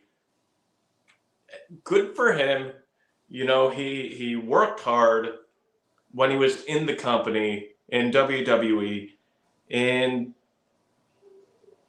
you know, he peaked, and they're like, all right, we got nothing more for you. But there were lots of places wanting to bring the Jinder in, and even like when he talks about WWE now, he is not upset about it. It's like, yep, when I got fired the first time, I needed to get myself together, and I went back there, I got myself in shape, became world heavyweight champion, and had a good run, and, you know, no hard feelings. But I'm going to go out there and I'm going to make a bigger name for myself. And good for him. You know, Mexico has long been one of the hotbeds for professional wrestling, and he went down there and won tag team titles, and that doesn't hurt that he's got a ginormous man in Saddam Singh, you know, being his backer. But With him, I feel good for Jinder. Now, with Satnam Singh being his tag team partner for these tag team titles, and if it is CMLL, they do have the partnership with AEW. Does this mean that we will now be getting a Punjabi prison match in AEW with the Jinder versus Tony Khan? They would have to call it something else. They certainly would have to call it something else. The Jinder didn't sound particularly enthusiastic about Punjabi prison, but, you know, he did put out that challenge to was it to The Rock? To have a match in the Punjabi prison after The Rock ended up rock bottoming him on Monday Night Raw. I know he wanted to fight Roman in the Punjabi prison, and that was discussed. And then it just never came to fruition. He said it on the Chris Van Vliet show. He said that match was discussed and it was a possibility. And I'm like, of course you would, WWE. You would take away the one match I've been dying for years. Because you could look back at a lot of different episodes of this podcast, and I've mentioned I wanted to see the Jinder versus the big dog, who's now the tribal chief, in the Punjabi prison. By the way, I don't remember if it was his return to SmackDown or this past week. Roman Reigns is absolutely 100% locked in his wettest hair Marky Award this year. That was the wettest hair I've ever seen in my entire life. And I said, I swear, Cousin Jay, Roman Reigns watches this podcast. Maybe so. There's no way. Jay, there is no way. Because he must have heard me go out there and say, if he comes out and he doesn't have any hair, he's not going to win the wettest hair Marky Award for a 9th consecutive year. And lo and behold, he came out and he looked like he did the ice bucket challenge. It was drenched. It was soaked. He is definitely locked in for this year. But yeah, good for Jinder Mahal. I really am happy for him. And I know that he's going to make an appearance in GCW. He's going to fight Effie, which is going to be freaking hysterical. I can't wait. I might actually find a way to tune in for that. I'm still trying to find Joey Janelli, Badelli, whatever freaking stupid Bash 420 Punjabi prison. We got Waller and Theory kicking off SmackDown with the Moron Effect. And their guest is Cody. Yep, Austin Theory, a face only a steel chair could love. That wasn't mine. I believe it was Chris Brown in the chat who yeah, that was good stuff.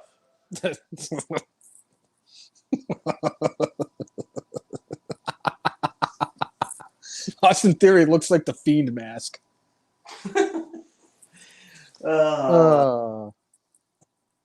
Sad. So, did you see that after over a decade, Ronda Rousey finally apologized for spreading conspiracy theory stuff about the Sandy Hook shooting? She can go fuck herself. You know what? That's what people in the chat were saying too. No, seriously, she can. Seriously, I agree with that. She can seriously go fuck herself. She can go take a long walk off a short cliff. If there's a bus driving over a cliff, she can get right and right shotgun. She can put her in the words with of the Young Bucks. Yes, in the words of Walter Matthau in the legendary movie Grumpy Old Men. Why doesn't she take her bottom lip, put it over her head, and swallow? That's what she can do. It took you 11 years, huh, Rhonda? Huh? Is it because your book probably bombed that you were writing? Is it because of the fact you're trying to get back into the good graces of the WWE universe? Bitch, nobody forgot about your last run in WWE. And the fact that you said, oh, I'm good on doing another full-time run. I can't handle that schedule. Good. Very good. I don't ever want to see you get back in the WWE ring. You want to go do that stupid Josh Barnett bullshit? Go for it. I don't care. I don't need you to ever step into a WWE ring again. You're just as much of a piece of shit to me as Alex Jones. And if Alex Jones was on fire and I was walking down the street and I saw him, I definitely wouldn't be pissing on him to put it out. I'd be going to find marshmallows because he can go fuck himself too. Talk about Sandy Hook as a freaking conspiracy. That's a very sensitive subject for the brainless one. It's a little too close to home. Yeah. Literally. But yeah. Well, I don't really have a positive thing to say about Ronda Rousey, and it took her 11 years to get her head out of her ass. Yeah. Don't care about her. Don't need to hear about her again. Next. Scott D'Amore. All right. He actually did an interview this week and spoke a bit about the end of his time at TNA and kind of sounded like, hey, you know, no hard feelings. They had a different business plan. Personally, they didn't do anything to hurt me, but, you know, they did pay me very well for a very long time to sit at home. And after a while, I just started drafting my own plans. But he said it kind of sort of came out of nowhere where like, yep, we're going in a different direction. We don't want you around anymore. And like he knew going into the weekend of that rebranded pay-per-view that, like, oh, this was going to be the end of my time here. But, you know, he went and he was a professional and did his job, unlike, you know, the broken down Mercedes in AEW. When things get a little tight and things get a little testy, they're not treating me right. I have a feeling she acts like Margot Kidder from Family Guy. That's my vision of what Mercedes does. Not that Margot Kidder, the actress, ever did that, but I'm talking like the Family Guy version of her. Forgot my keys. Or my purse. Forgot my purse. But that's my vision of her.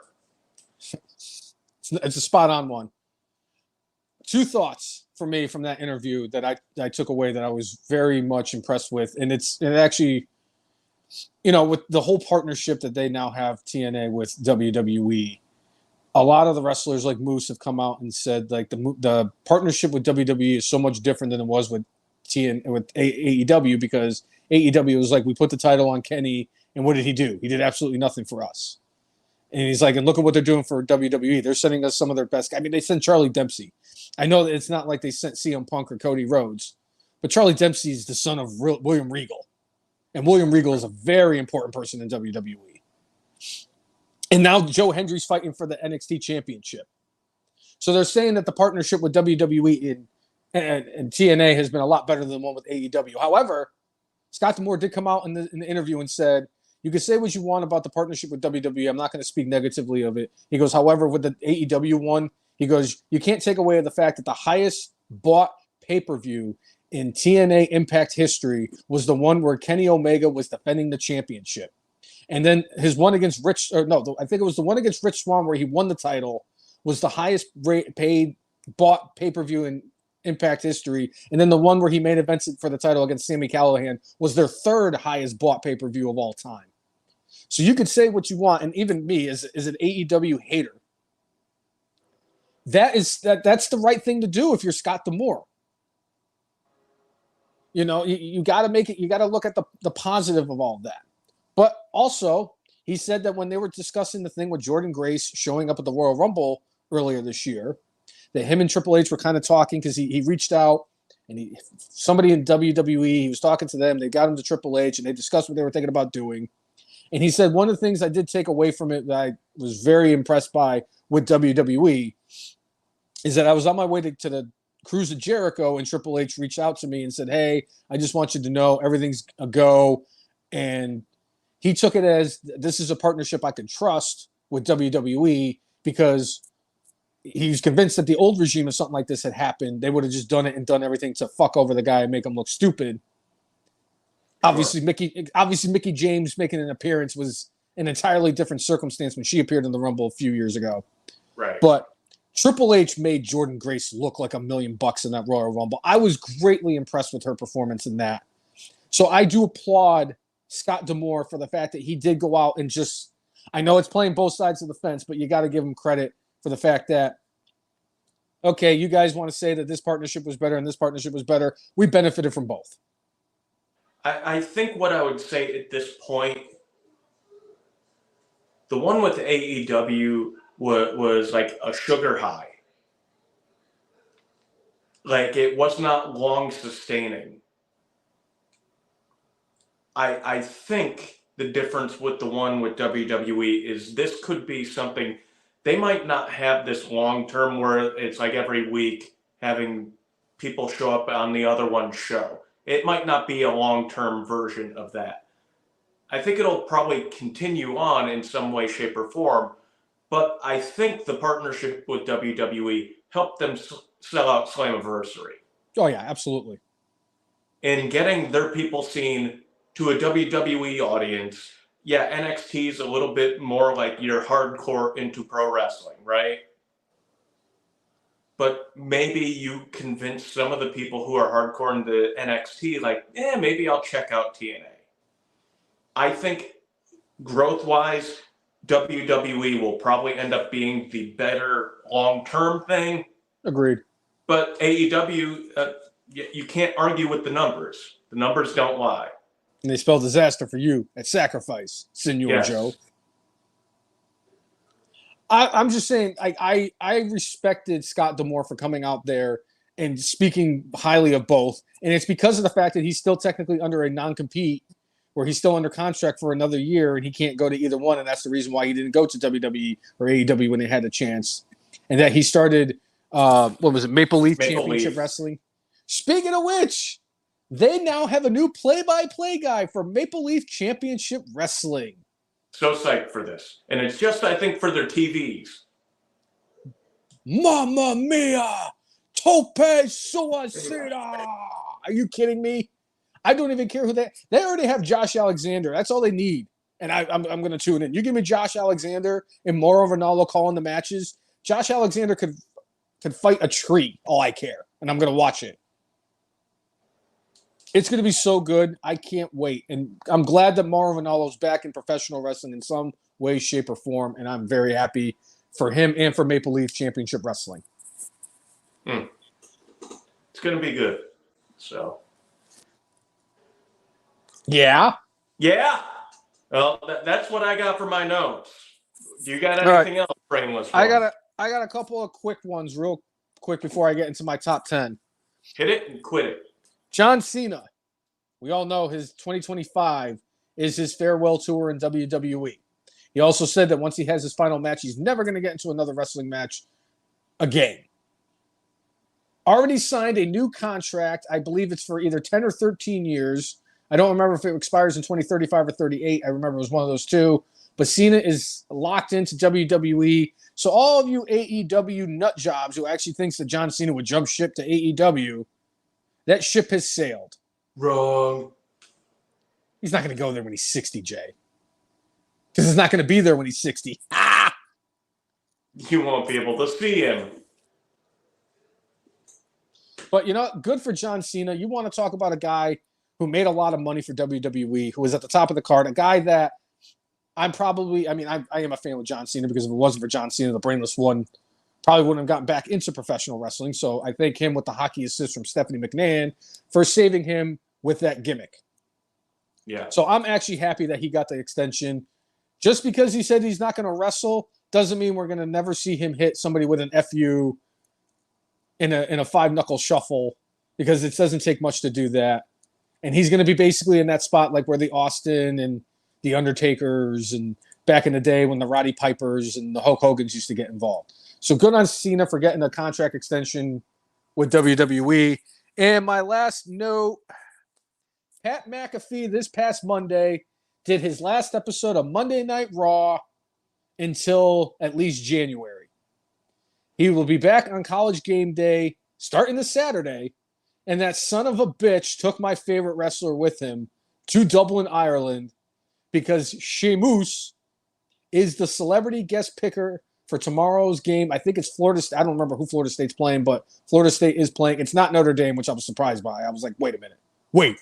Notre Dame's not playing in Ireland? Wait. But yeah, I'm sad to see Pat McAfee go. I've actually enjoyed him. And I really wish they had kayfabe wrote him off. Right. But I'm just so glad because I did watch the McAfee show for a bit. I saw some of the clips before the podcast. Him and Sheamus killed it. And the only thing that Sheamus killed more than that show was the amount of Guinness he had drank since he was on the plane with him yesterday. So it probably did not rival Wade Boggs, but we'll see. I bet you Sheamus could give him a run for his money. If there was anybody, Sheamus drinks those freaking, and he's drinking Guinness too. And then go 3 for 5. No, but he can win the Intercontinental title. Not yet. No, he will though, hopefully. But yeah, that was my last note. Okay. It's time for the top 10 list. Yeah. So I was having a little fun with this one. And I decided that there's talks of a Forbidden Door coming back, and it's actually going to be in England next year. And this whole TNA and WWE crossover, I decided that I was going to have a little fun. So I thought to myself, let's say for this scenario, I win a contest where I get to book, head booker, all the control, a forbidden door between WWE and AEW. And I said, how would I do this? Would I just give myself 10 dream matches? Or would I book this like the brainless one? How about a little bit of both? The top 10 matches I would book for an AEW WWE Forbidden Door. This may be the second time I've done this. I know I did this with an Impact one with WWE. But anyway, this is an updated rosters for both. So here we go. Number 10, Drew McIntyre versus Colt Cabana.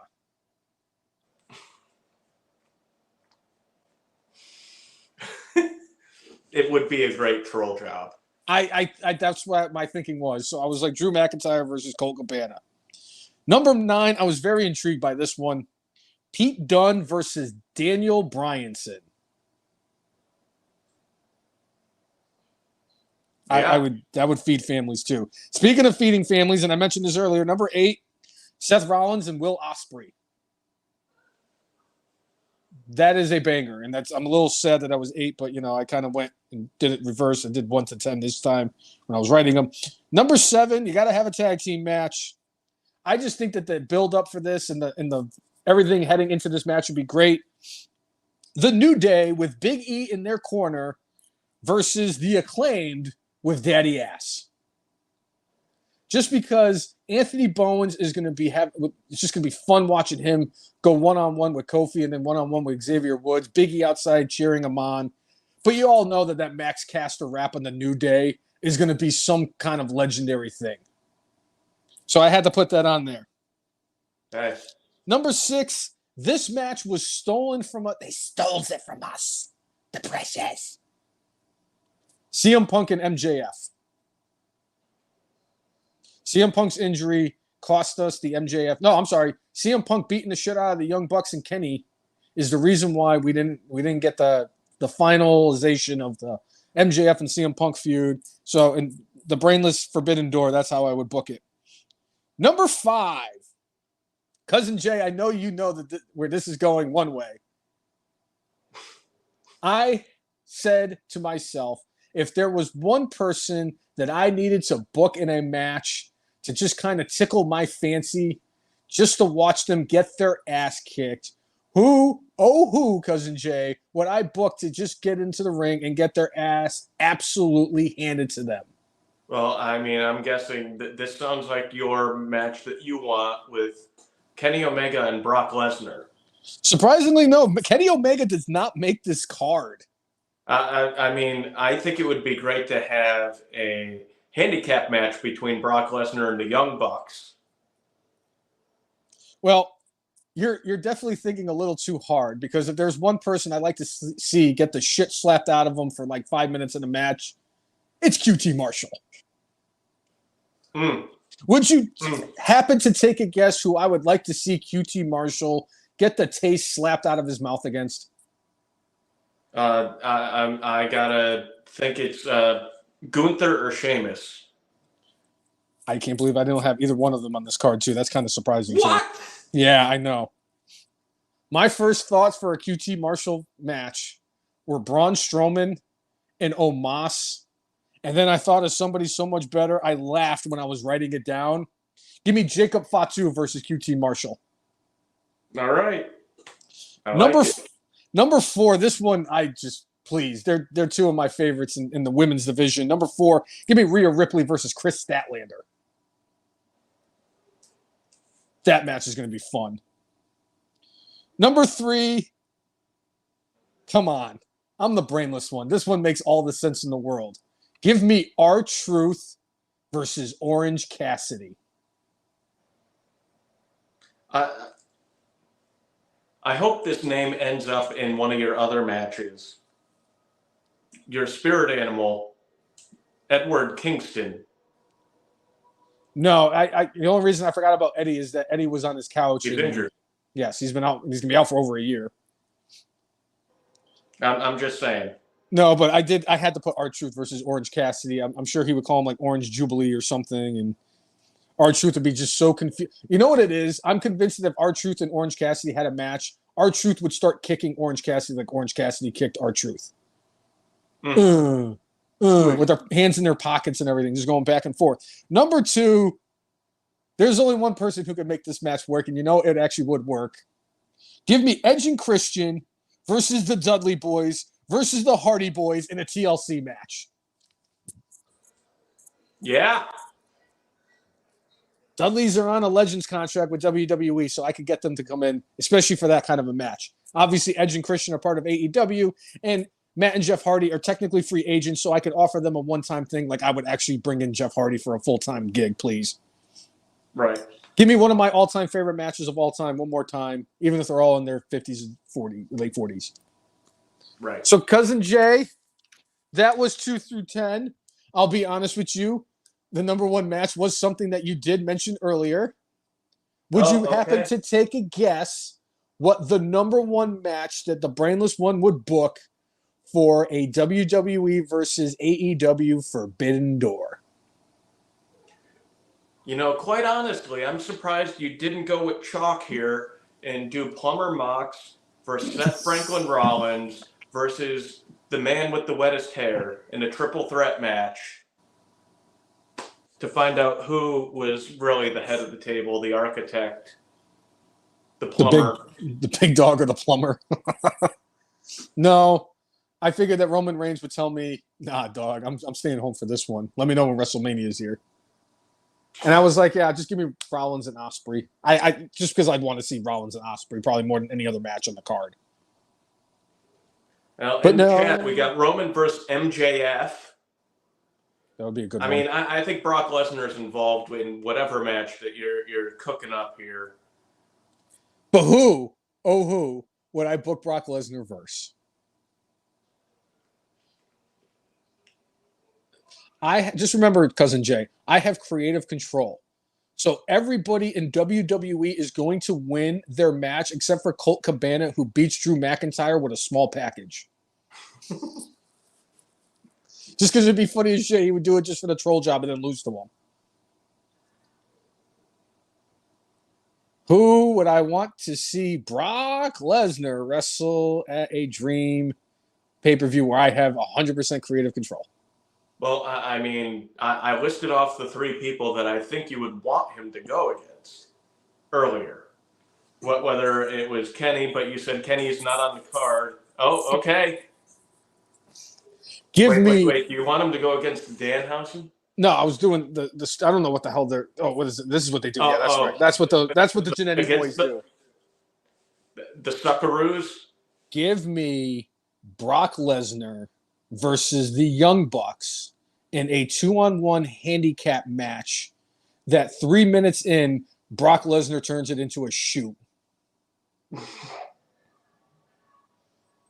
I want him to beat the holy fuck out of the Young Bucks more than anything else. And I would sit there with the biggest smile on my face as he took both of them to Suplex City. And then I finally get both of them to have their careers ended in the ring at the same time, which would then guarantee Brock Lesnar not only Wrestler of the Year for the Marquee Awards and a Hall of Fame induction, but I would probably kiss his ass right after he did it. Because that's how much I hate Nick and Matt Jackson. And it's not even close. But that is my top 10. Fuck Nick and Matt Jackson. Yeah, Tim's top 10 was nothing but F. Sasha Banks, F. Trump, F. Kurt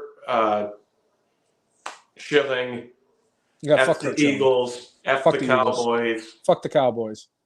Yeah. Fuck the Yankees, too. Yeah. Yeah. But that is my top 10. I guess that means it's time for our good. Our bad. Brainless. Alrighty, Cousin Jay. What do you got for your good for this week? The whole match was awesome, but that ending, the Pete Dunne and Sheamus, was one of the most inventive and most badass endings I've seen in quite a while. It was so good. I have to go with that. Okay. I actually have two this week. The Fanatics Fest, and it's not just the Fanatics Fest. It's the fact that Rhea Ripley had that moment with a fan where the girl wanted to see her, and security was trying to catch Rhea, tell Rhea to leave, and Rhea's like, no, no, no, no. And she brought the girl in. She gave her a hug, got a picture taken with her. I thought that was a really nice gesture. And then Dominic Mysterio. There was a guy who took his kids to the thing. They were either the choices were between either Dominic Mysterio or Jey Uso, and the kids wanted to see Jey Uso. Well, they were right near each other. There's setups. Dom was done for the day. All of his autographs were done. He was about to leave. The line for Jey Uso was about 80 deep, so the guy goes to his kids, would you guys rather go see Dom? So the guy gets out of line. He goes over and he talks to the lady running the thing for Dom, and he was like, hey, do you mind if I pay X amount of whatever to have them meet Dom? Would you have a problem if I could meet Dom, if my kids could meet Dom? And the lady goes, sorry, his thing is done for the day. Dominic Mysterio was like, no, no, no, that's not happening. He goes, if your kids want to come over and meet me, he goes, bring your kids over and I will meet your kids. They will take care of everything they need to do. And Dom spent 10 minutes with these kids, talked to them, made them feel good, signed autographs, took pictures. I know I'm somebody who sits there and really wishes that kayfabe was still a thing in professional wrestling. But hearing stuff like that, I'm sorry. It was just way too good for me. So I had to give that my good. I also give it to Sheamus and Pat McAfee for the fact that they have been drinking Guinness nonstop for the last 24 plus hours. And honestly, go ahead. And also, Sheamus was the best guest that Pat McAfee has had on that show, except for maybe Mike Gundy. Mike Gundy was also fantastic. But Sheamus and McAfee was just fantastic between the flight over and him on McAfee's show at the bar, handing out Guinnesses to everybody as they're singing, chanting, you should be champion to Sheamus. And I was chanting with them, even though I wasn't there. In the chat about the Forbidden Door, Chris Brown saying, give me Tony Storm versus Tiffy Stratton and Britt Baker versus Rhea Ripley. Give me Britt Baker versus Isaac Yankem. Yeah. With Danhausen as special guest referee to collect all the teeth. Yes. What do you got for your bad? Hogan. Ah, brother. Come on, dude. Get it together, dude. That's all I'll say for that. And we'll give honorable mention to Rich Swann, who both of them are like stupid. Yeah. And it's funny, neither one of them got my bad for this week or my brainless. Come on, when you got to live the gimmick, you got to live the gimmick. My bad goes to Mercedes Moné. Yeah. They paid you $15 million so that you could be an impact player for the women's division in AEW. Driving away over 100,000 people in the first quarter hour of your show is no bueno. Especially when you already have a reputation for being one of the 3 entities in AEW that drives away the ratings. Mercedes Moné, you get my bad for this week. All right. What do you got for your brainless? Ronda Rousey. like Ronda Rousey. Hey, look. Conspiracy theories can be fun. They can be. But not when you're talking about dead kids. Why did it take you 11 years to apologize? 11 years. Like, did you not figure out that, like, oh yeah, maybe it really did happen. Oh, maybe it's not a good idea to ever question, like, we should question things, but like, we know that children died. Yeah.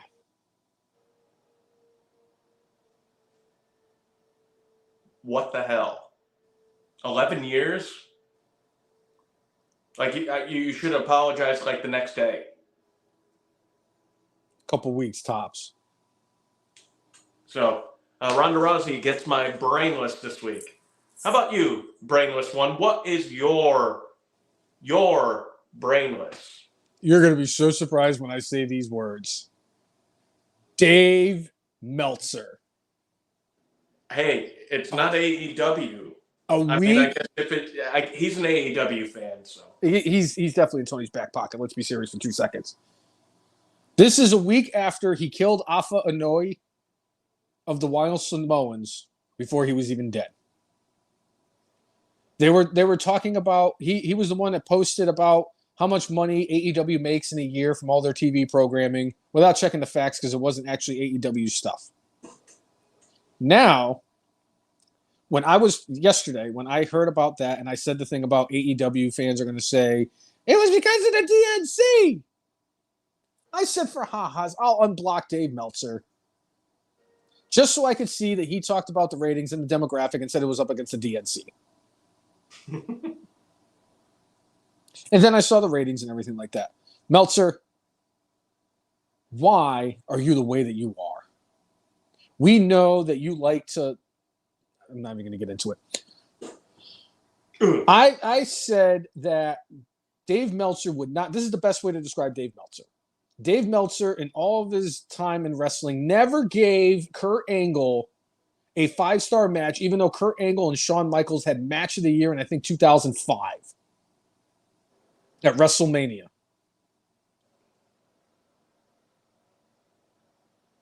How is it that Kenny Omega and Okada could play battle shits in the bathroom and get 5 stars, and you would give them an extra star if they were playing battle shits in the Tokyo Dome? Meltzer, you get my brainless.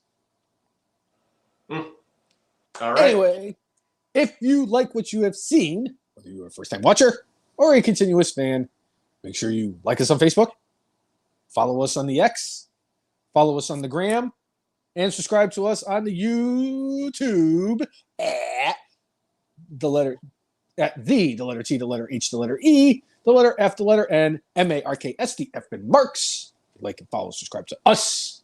We will do the same back. That has always been our mantra. And make sure you set up notifications so that when we are live, you will be notified that we are live, whether it's on the X, whether it's on the Facebooks, or whether it's on the YouTubes. So you could join in the conversation and talk about our favorite sport we all love to hate, All Elite Wrestling. Yeah? Yeah. Yeah? Yeah. Well, I think that's everything, Cousin Jay. That is everything. We got through our notes. We did a top 10. We talked about how Dave Meltzer is brainless. We talked about how stupid Hulk Hogan is. Yep. And how every day he gets closer and closer, getting knocked out of my top 10 favorite wrestlers of all time list after he was number 1 on my Rushmore not too long ago. Sad. But I think we have figured... Wait. Curtis Axel. What's that? You know, it's kind of disheartening that you guys are sitting here touting a guy who has the same exact initials as I do, if you count my real name. What are you talking about, Curtis Axel, Joe Henning? Well, I don't care if you say his name and he appears. I just want you guys to know that today, August 23rd of 2024, at an astonishing 3,498 days, I, FM Marks Hall of Famer, am still alive in the 2015 Royal Rumble. And you keep saying my name and I will appear.